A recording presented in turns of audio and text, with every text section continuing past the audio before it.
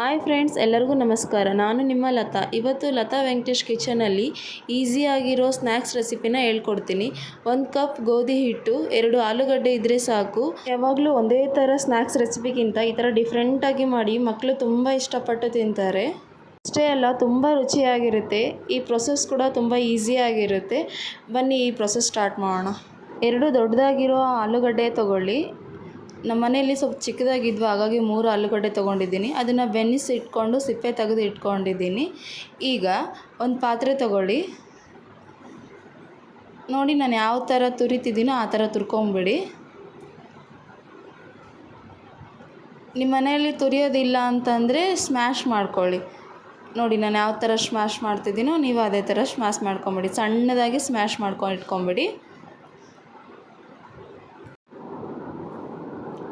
ಈಗ ನೋಡಿ, ಪರ್ಫೆಕ್ಟಾಗಿ ಸ್ಮ್ಯಾಶ್ ಆಗಿದೆ.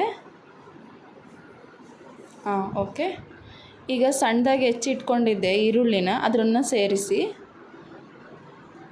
ಒಂದು ಕ್ಯಾರೆಟನ್ನ ತುರಿದಿಟ್ಕೊಂಡಿದ್ದೆ ಅದನ್ನು ಸೇರಿಸಿ, ಈಗ ಒಂದು ಸ್ವಲ್ಪ ಕರಿಬೇವು, ಒಂದು ಸ್ವಲ್ಪ ಕೊತ್ತಂಬರಿ, 1 ಟೇಬಲ್ ಸ್ಪೂನ್ ಆಗೋಷ್ಟು ಅಚ್ಚದ ಖಾರದ ಪುಡಿ, 1 ಟೇಬಲ್ ಸ್ಪೂನ್ ಆಗೋಷ್ಟು ಉಪ್ಪು, 1 ಟೇಬಲ್ ಸ್ಪೂನ್ ಆಗೋಷ್ಟು ಗರಂ ಮಸಾಲ, 1 ಟೇಬಲ್ ಸ್ಪೂನ್ ಆಗೋಷ್ಟು ಚಾಟ್ ಮಸಾಲ. ಓಕೆ. ಈಗ ಒಂದು ಪಾತ್ರೆ ತಗೊಳ್ಳಿ ದೊಡ್ಡದಾಗಿ. ಅದರೊಳಗೆ 1 ದೊಡ್ಡ ಕಪ್ಪಷ್ಟು ಗೋಧಿ ಹಿಟ್ಟನ್ನು ಹಾಕಿ, ನಾವು ಆಲ್ರೆಡಿ ರೆಡಿ ಮಾಡಿ ಇಟ್ಕೊಂಡಿದ್ವಲ್ಲ ಅದನ್ನೆಲ್ಲ ಸೇರಿಸಿ ಅದರೊಳಗೆ.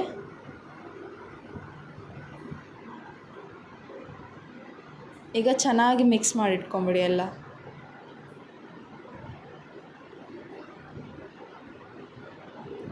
ಸ್ವಲ್ಪ ನೀರು ಹಾಕಿ, ಈಗ ನಾವು ಚಪಾತಿ ಹಿಟ್ಟು ಹೆಂಗೆ ಕಲಿಸ್ಕೊತೀವಿ ಅದೇ ಥರ ಕಲಿಸ್ಕೊಳ್ಳಿ. ಸ್ವಲ್ಪ ಗಟ್ಟಿಯಾಗಿ ಕಲಸಿಟ್ಕೊಳ್ಳಿ.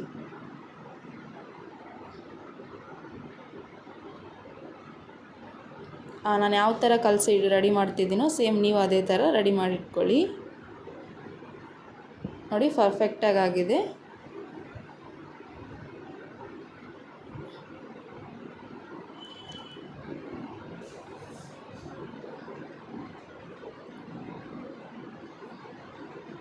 ಸೇಮ್ ನಾವು ಚಪಾತಿ ಹಿಟ್ಟು ಯಾವ ಥರ ಕಲಿಸ್ತೀವೋ ಅದೇ ಥರ. ಈಗ ಕೋಟ್ ಮಾಡ್ಕೊಳ್ಳೋಕ್ಕೆ ಈಗ ಅಗಲ ಆಗಿರೋ ಒಂದು ಪ್ಲೇಟ್ ತೊಗೊರಿ. ಒಂದು 2 ಟೇಬಲ್ ಸ್ಪೂನ್ ಆಗೋಷ್ಟು ಮೈದಾ ಹಿಟ್ಟು ಹಾಕಿ, ಒಂದು ಸ್ವಲ್ಪ ಉಪ್ಪು, ಒಂದು ಸ್ವಲ್ಪ ಸೋಡಾ ಪುಡಿ, 1 ಟೇಬಲ್ ಸ್ಪೂನ್ ಆಗೋಷ್ಟು ಎಳ್ಳು ಹಾಕಿ, ನಿಮಗೆ ಇಷ್ಟ ಇದ್ದರೆ ಒಂದು ಮೊಟ್ಟೆ ಹಾಕಿ, ನಿಮಗೆ ಇಷ್ಟ ಇಲ್ಲ ಅಂತಂದರೆ ಕಾರ್ನ್ಫ್ಲೋರ್ ಹಾಕಿ. ಮೊಟ್ಟೆ ಹಾಕಿದರೆ ಸ್ವಲ್ಪ ಕ್ರಿಸ್ಪಿಯಾಗಿ ಬರುತ್ತೆ. ಈಗ ತೆಳುವಾಗಿ ಮಾಡ್ಕೊಳ್ಳಿ. ನಿಮ್ಮ ಬೇಕಂದರೆ ಒಂದು ಸ್ವಲ್ಪ ನೀರು ಹಾಕ್ಕೊಳ್ಳಿ. ನೋಡಿ, ಗಂಟಿಲ್ಲದೆ ಚೆನ್ನಾಗಿ ಕಲಿಸ್ಕೊಳ್ಳಿ. ನೋಡಿ, ನಾನು ಸ್ವಲ್ಪ ನೀರು ಹಾಕಿ ಚೆನ್ನಾಗಿ ಕಲಸಿ ಇಟ್ಕೊಂಡಿದ್ದೀನಿ. ನೋಡಿ, ನಾವು ಆಲ್ರೆಡಿ ಕಲಸಿ ಇಟ್ಕೊಂಡಿದ್ವಲ್ಲ ಹಿಟ್ಟನ್ನು, ಈಗ ಅದನ್ನು 2 ಭಾಗ ಮಾಡ್ಕೊಳ್ಳಿ. ಒಂದು ಭಾಗ ಆಗ್ಬಿಟ್ರೆ ದೊಡ್ಡದಾಗ್ಬಿಡುತ್ತೆ, ಹಾಗಾಗಿ 2 ಭಾಗ ಮಾಡ್ಕೊಳ್ಳಿ. ಈಗ ಸೆಂಟ್ರ್ ಕಟ್ ಮಾಡಿ 2 ಭಾಗ ಮಾಡ್ಕೊಳ್ಳಿ.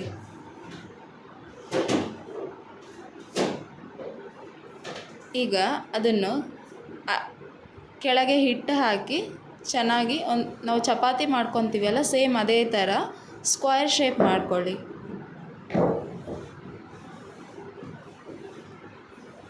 ನೋಡಿ, ನಾನು ಯಾವ ಥರ ಮಾಡ್ತಿದ್ದೀನೋ ವಿಡಿಯೋದಲ್ಲಿ ಸೇಮ್ ಅದೇ ಥರ ಮಾಡಿ. ಸ್ವಲ್ಪ ಹಿಟ್ಟು ಜಾಸ್ತಿ ಹಾಕಿ, ಯಾಕಂದರೆ ಲಟ್ಟಣಿಕೆಗೆ ಹಚ್ಚಲ್ಲ ಅದು ಹಿಟ್ಟು. ನೋಡಿ, ನಾನು ಯಾವ ಥರ ಮಾಡ್ತಿದ್ದೀನೋ ಸೇಮ್ ಅದೇ ಥರ ಮಾಡಿ.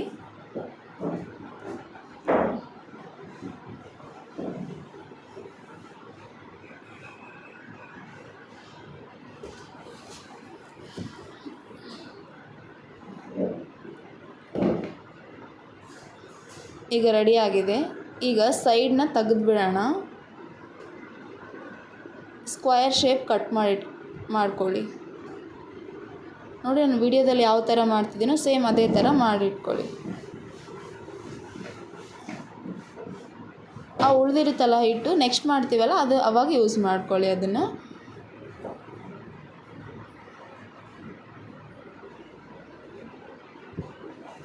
ಸೇಮ್ ನಾನು ಯಾವ ಥರ ಕಟ್ ಮಾಡಿ ಇಟ್ಕೊತೀನೋ ಅದೇ ಥರ ಕಟ್ ಮಾಡಿ ಇಟ್ಕೊಂಬಿಡಿ. ಸ್ವಲ್ಪ ಚಪಾತಿ ಹೇಗೆ ಮಾಡ್ತೀವೋ ಅದೇ ಥರ ತೆಳ್ಳವಾಗಿ ಮಾಡ್ಕೊರಿ. ದಪ್ಪ ಆದರೆ ಒಂಥರ ತಿನ್ನೋಕ್ಕೆ ಹಸಿ ಬಿಸಿ ಅನಿಸ್ಬಿಡುತ್ತೆ, ಹಾಗಾಗಿ ತೆಳ್ಳು ಮಾಡ್ಕೊಳ್ಳಿ. ನೋಡಿ ನಾನೆಲ್ಲ ರೆಡಿ ಮಾಡಿ ಇಟ್ಕೊತೀನಿ. ಸೇಮ್ ಪರ್ಫೆಕ್ಟಾಗಿ ಬಂದಿದೆ ಅಲ್ವಾ? ಸೇಮ್ ಇದೇ ಥರ ನೀವು ರೆಡಿ ಮಾಡಿ ಇಟ್ಕೊಳ್ಳಿ. ಈಗ ಇನ್ನೂ ಉಳಿದಿತ್ತಲ್ಲ ಆ ಹಿಟ್ಟನ್ನ ಅದನ್ನು ರೆಡಿ ಮಾಡಿ ಇಟ್ಕೊಳ್ಳೋಣ. ಸೇಮ್ ನಾನು ಆವಾಗ ಹೇಗೆ ಹೇಳ್ಕೊಟ್ನೋ ಅದೇ ಥರ ಸ್ಕ್ವೇರ್ ಶೇಪ್ ಮಾಡಿ ಇಟ್ಕೊಳ್ಳಿ. ಈಗ ಆಲ್ರೆಡಿ ನಾನು ಒಂದು 5 ಟೇಬಲ್ ಸ್ಪೂನ್ ಆಗೋಷ್ಟು ಆಯಿಲ್ ಹಾಕಿ ರೆಡಿ ಮಾಡಿ ಸ್ಟವ್ ಆನ್ ಮಾಡಿ ಇಟ್ಟಿದ್ದೆ. ಈಗ ಆಲ್ರೆಡಿ ನಾವು ಪ್ರಿಪೇರ್ ಮಾಡಿ ಇಟ್ಕೊಂಡಿದ್ವಲ್ಲ ಕೋಟ್ನ, ಅದರೊಳಗೆ ಚೆನ್ನಾಗಿ ಡಿಪ್ ಮಾಡಿ, ಈಗ 5-6 ಟೇಬಲ್ ಆಗೋಷ್ಟು ಆಯಿಲ್ ಹಾಕಿದೆ, ಅದರೊಳಗೆ ಚೆನ್ನಾಗಿ ಫ್ರೈ ಮಾಡಿ. ನೋಡಿ ಚೆನ್ನಾಗಿ ಡಿಪ್ ಮಾಡಿ, ಹಿಂದೆ ಮುಂದೆ ಚೆನ್ನಾಗಿ ಡಿಪ್ ಮಾಡಿ ಇಟ್ಕೊಳ್ಳಿ. ಈಗ ಅದನ್ನು ಚೆನ್ನಾಗಿ ಫ್ರೈ ಮಾಡ್ಕೊಳ್ಳಿ. ಲೋ ಫ್ಲೇಮಲ್ಲಿ ಫ್ರೈ ಮಾಡಿ, ಒಳಗಡೆ ಅಂಕಂದರೆ ಚೆನ್ನಾಗಿ ಕುದಿಯುತ್ತೆ.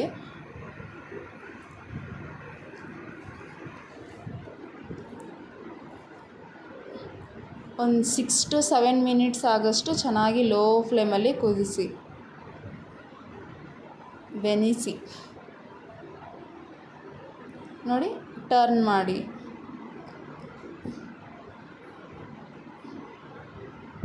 ನೋಡಿ ಯಾವ ಥರ ನಾನು ಟರ್ನ್ ಮಾಡ್ತೀನೋ ಸೇಮ್ ಅದೇ ಥರ ಸ್ಲೋ ಆಗಿ ಟರ್ನ್ ಮಾಡಿ. ನೋಡಿ ಪರ್ಫೆಕ್ಟಾಗಿ ರೆಡಿಯಾಗಿದೆ. ನೋಡಿ ಎಷ್ಟು ಕಲರ್ಫುಲ್ಲಾಗಿ ಕಾಣ್ತಾ ಇದೆಯಲ್ಲ. ನೀವು ಒಂದು ಸಲ ನಿಮ್ಮ ಮನೇಲಿ ಟ್ರೈ ಮಾಡಿ ಫ್ರೆಂಡ್ಸ್. ಹೇಗಿದೆ ಅಂತ ನನಗೆ ಕಮೆಂಟ್ ಬಾಕ್ಸಲ್ಲಿ ತಿಳಿಸ್ಕೊಡಿ. ಪ್ಲೀಸ್ ಲತಾ ವೆಂಕಟೇಶ್ ಕಿಚನ್ಗೆ ಸಬ್ಸ್ಕ್ರೈಬ್ ಮಾಡಿ, ಶೇರ್ ಮಾಡಿ. ನೆಕ್ಸ್ಟ್ ವಿಡಿಯೋಲ್ಲೇ ಸಿಗ್ತೀನಿ. Thank you so much friends. ನೋಡಿ ಎಷ್ಟು ಕಲರ್ಫುಲ್ಲಾಗಿ ಕಾಣ್ತಾ ಇದೆ ಅಲ್ವಾ? ನೀವು ಒಂದು ಸಲ ನಿಮ್ಮ ಮಕ್ಕಳಿಗೆ ಮಾಡ್ಕೊಳ್ಳಿ, ತುಂಬ ಇಷ್ಟಪಟ್ಟು ತಿಂತಾರೆ. Thank you so much.